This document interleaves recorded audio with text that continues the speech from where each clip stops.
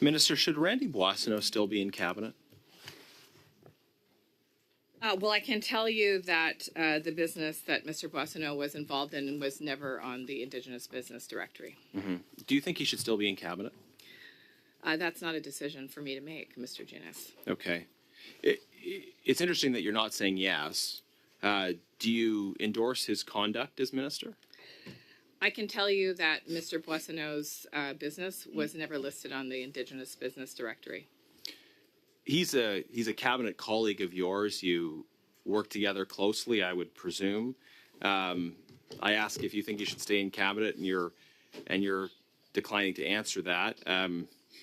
Do you endorse his conduct as minister? What do you think of what he has done? I can tell you that GHI, the business that Mr. Boissonnault was co-owner of, was never been on the IBD. Okay, I think you're saying a lot by not saying a lot, Minister, so I'll move on to my next question. Is Global Health Imports still eligible to receive government contracts? I believe they are, but they are, as I said, not part of the Indigenous Business Directory. I can't answer in affirmative. They represented themselves as Indigenous owned. They did so falsely. They are still eligible to receive government contracts. Do you think there should be penalties for companies that misrepresent their Indigenous identity? Should they be prevented from bidding further on government contracts? In fact, there are penalties for fraudulent behavior, and I would hope that anybody that is procuring on behalf of the Government of Canada is careful about which businesses they procure from to make sure that proper business practices are followed. And certainly the Government of Canada has measures that it can take if it's found that businesses have acted fraudulently and should. Okay. You mentioned there are consequences for fraudulent activity, which I hope would include misrepresentations around Indigenous identity. Did Global Health Imports, in your view as the Indigenous Services Minister, engage in fraudulent activity? I can't make that determination, but I can tell you that the Office of Supplier Integrity and Compliance with PSPC can take steps such as banning a business from future... Sorry, I'll just jump in because I know there are options available, but okay, you don't want to rule specifically on the case of Global Health Imports. Let's take a hypothetical case.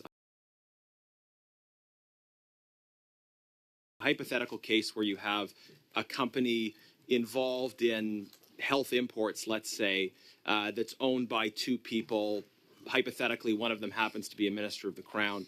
And they are bidding on government contracts and in the process claim to be an Indigenous-owned company.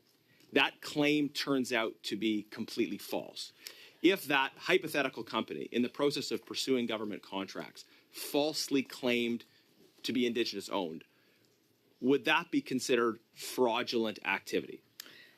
It could possibly be, but that would be a decision by the Office of the Supplier Integrity and Compliance. I don't run that particular organization, so I would say that from my perspective, when there's allegations of fraud, it's very serious. And I think departments have a responsibility to ensure that they're procuring from companies that are not fraudulent. So right, but just definitionally, right? Like it would seem that the definition of fraud is misrepresenting the facts in some way in order to achieve a commercial advantage. Right? Pretending something is true when it's not in order to achieve a commercial advantage. So you have a company that pretended to be Indigenous owned when it wasn't Indigenous owned. The purpose of that pretense was clearly to increase its chances of getting government contracts that it wouldn't have otherwise gotten. Is that fraud? What I would say is I think we're saying the same thing, that the process of ensuring that people claiming indigeneity should be with integrity, because what we want is we want Indigenous economic success. So I think we agree. And I think that any time that there's fraud in terms of allegations of identity, that is a very serious infraction. Now, what happens next is up to places like the Office of Supplier Integrity, but I can tell you that we, on our side, in Indigenous Services Canada, take integrity around indigeneity seriously. Although it is challenging. And let me jump in here. I would hope the Prime Minister would take that integrity seriously and fire this minister from cabinet. Just in the time that I have left, Minister, are there any other companies owned by Liberal cabinet ministers or MPs, former MPs, or Liberal appointed senators that are on the Indigenous business list? Oh, that's a great question. I don't know the answer to that, but we can commit to checking that out for you and getting the information back. Okay, thank you. I think the committee would agree that we're interested in receiving that in the usual timeline, a list, the names of any companies on the Indigenous business list that are owned by Liberal MPs, cabinet ministers, appointed senators, or former MPs.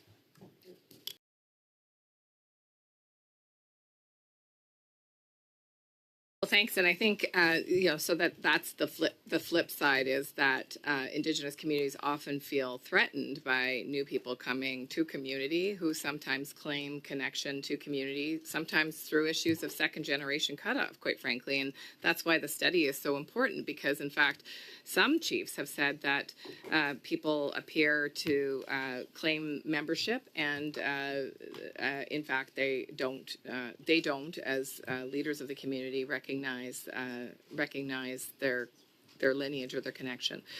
And I think, you're also right that all of this I apologize, Minister. That is our time. We're going to go to Mrs. Block for 5 minutes, please. Thank you, Chair, and welcome to all of you joining us here today.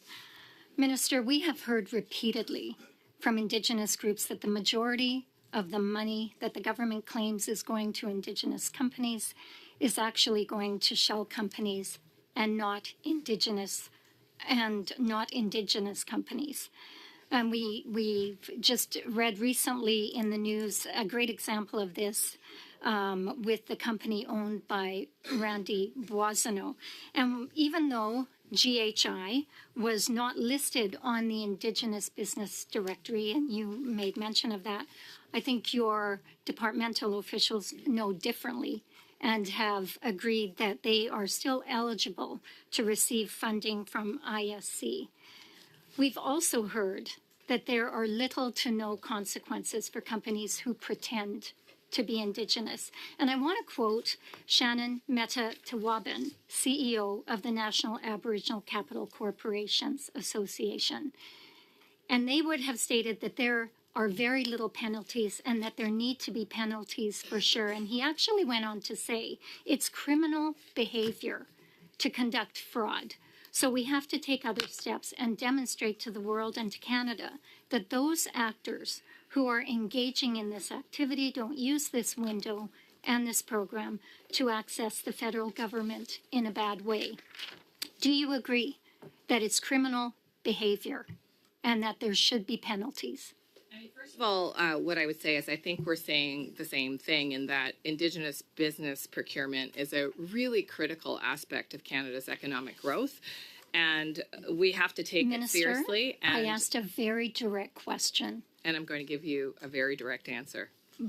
Then I would ask you to get to that answer, please. Great. And as I was saying, and that's why it's so important that we ensure that there isn't fraud in the space of claiming indigeneity. Now, as you know, Indigenous Services Canada... Minister, my question was, do you believe it's criminal behavior when a non-Indigenous company claims to be Indigenous to steal money from Indigenous-owned companies through the set-aside? What I would say is that fraud is fraud, and we do have an office that can look into claims of fraudulent behavior and apply a variety of penalties. And so I can't specifically give a general sweeping statement because, of course, different companies have different circumstances. But I would expect that anyone who's contracting through the federal government ensure that the laws of the land are upheld, including ensuring that fraud is not rewarded. Thank you. Thank you. So Randy Boissonnault is a cabinet minister in the government of Canada. He's your colleague. He falsely claimed to be Indigenous in order to steal money set aside for Indigenous-owned businesses. As the Minister of Indigenous Services, will you commit to holding your colleague to account for running a company that falsely claimed to be Indigenous? Well, as you know, first of all, I just want to reiterate that any false claims of indigeneity hurts the goal that I think you are obviously in favor of, which is increasing Indigenous economic activity in this country.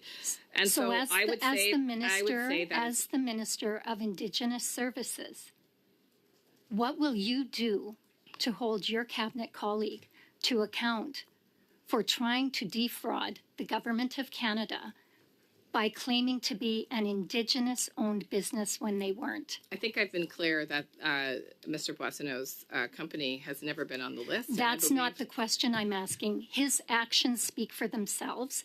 He claimed to be Indigenous. He claimed to be running an Indigenous business in order to access the set-aside that was meant for Indigenous-owned businesses. Will you join other members of Parliament in calling for his resignation? This file falls directly under your authority. And if you can go back to the Indigenous communities in your riding and tell them that he should not be held to account, that what he does was just fine, I think they will have something to say about that. You are the Minister of Indigenous Services.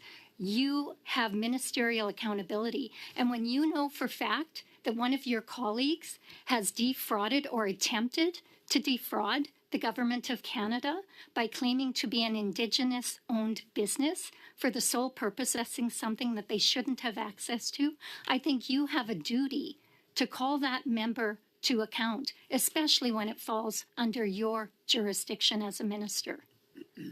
Well, I'm really excited that we're talking about my riding, but to obviously my interrupt. That time is is our up, so time. I won't get to But we share. are- It is not owned by First Nations people, for sure, identity. I mean, I have status children. Their children will have a lesser status because I'm not Indigenous.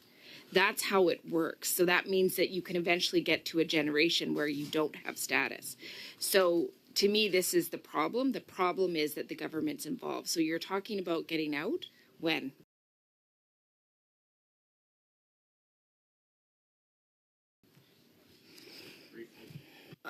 I think Jessica was clear that the goal is that we would be able to have something in place by 2025, and I would say that sooner if possible. And I'm in conversations with the partners themselves, who all agree that as soon as possible they would like to manage lists, but they also all agree that they don't want a dilution of procurement from Indigenous businesses, and so that's the balance we're trying to reach.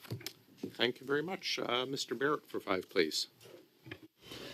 Minister, today Canada's first Indigenous Justice Minister and Attorney General, Jody Wilson-Raybould, who, as you know, was fired from cabinet by Mr. Trudeau for speaking out against and trying to stop his attempted obstruction of justice. She issued a statement online, and it said, "A prime minister committed to true reconciliation would have removed Randy and the other Randy from cabinet long ago. Instead, we get to watch white people play Ancestry Wheel of Fortune. So shameful and extremely destructive." Do you agree with that characterization? What I would say is that Indigenous identity is any use of Indigenous identity in a fraudulent way undermines Indigenous people. Okay, so we have a member of your cabinet, a member of your caucus, who a 50% owner of a company that claimed to be wholly Indigenous owned, applied for government contracts under that false pretense. To dispense with the pleasantries, Randy Boissonnault lied about who he is in order to profit, and in doing so, attempted to disenfranchise legitimate, actual Indigenous-owned businesses. Do you think that that is appropriate? And if you don't think it's appropriate, do you think that he should remain in cabinet?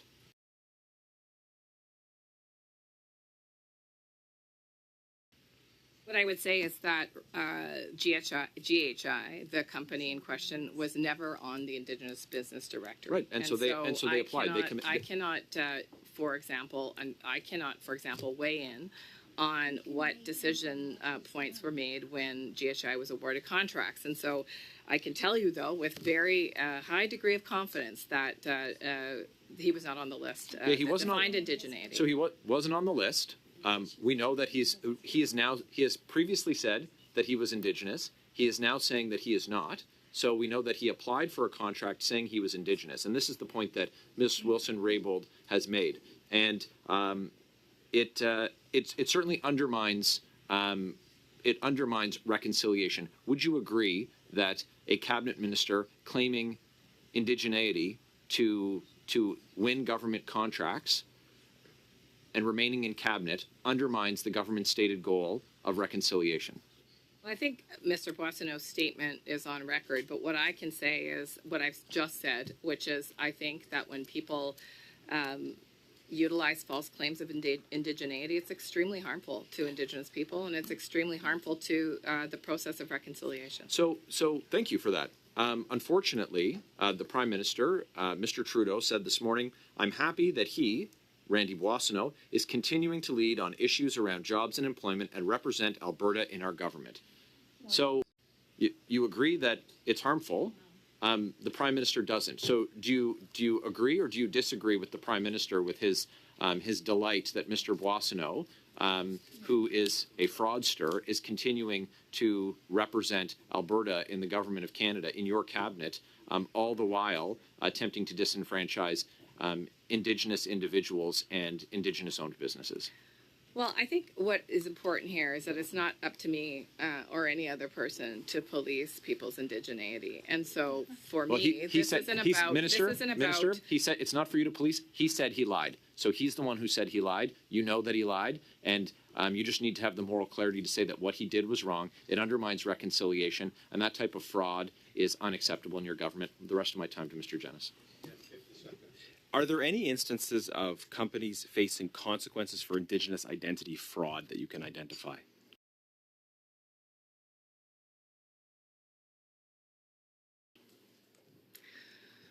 I don't think I can answer that question. Okay, I'll go to something else, but if you could provide us with a list afterwards of any instances of companies that have been faced consequences for Indigenous identity fraud and what those consequences would be. It's been reported that Randy Boissonnault's claims that his great-grandmother was Cree, that those claims were false. Those were claims that he personally made in the House of Commons. They have now been revealed to be false. Do you have any comment on that? My comment stands. The issue of indigeneity, is not for me to determine who is Indigenous, but that in general, claims of indigeneity Chair, and that are just false in are very the seconds I have Indigenous left, peoples. the minister in the last round referenced the Office of Supplier Integrity and Compliance as being able to answer certain questions that she has not able to answer. I wonder if there'd be agreement for us to hear from the Office of Supplier Integrity and Compliance at some point to help shed some further light on these things. You seem to be in agreement. That is your time. Thank you. And we'll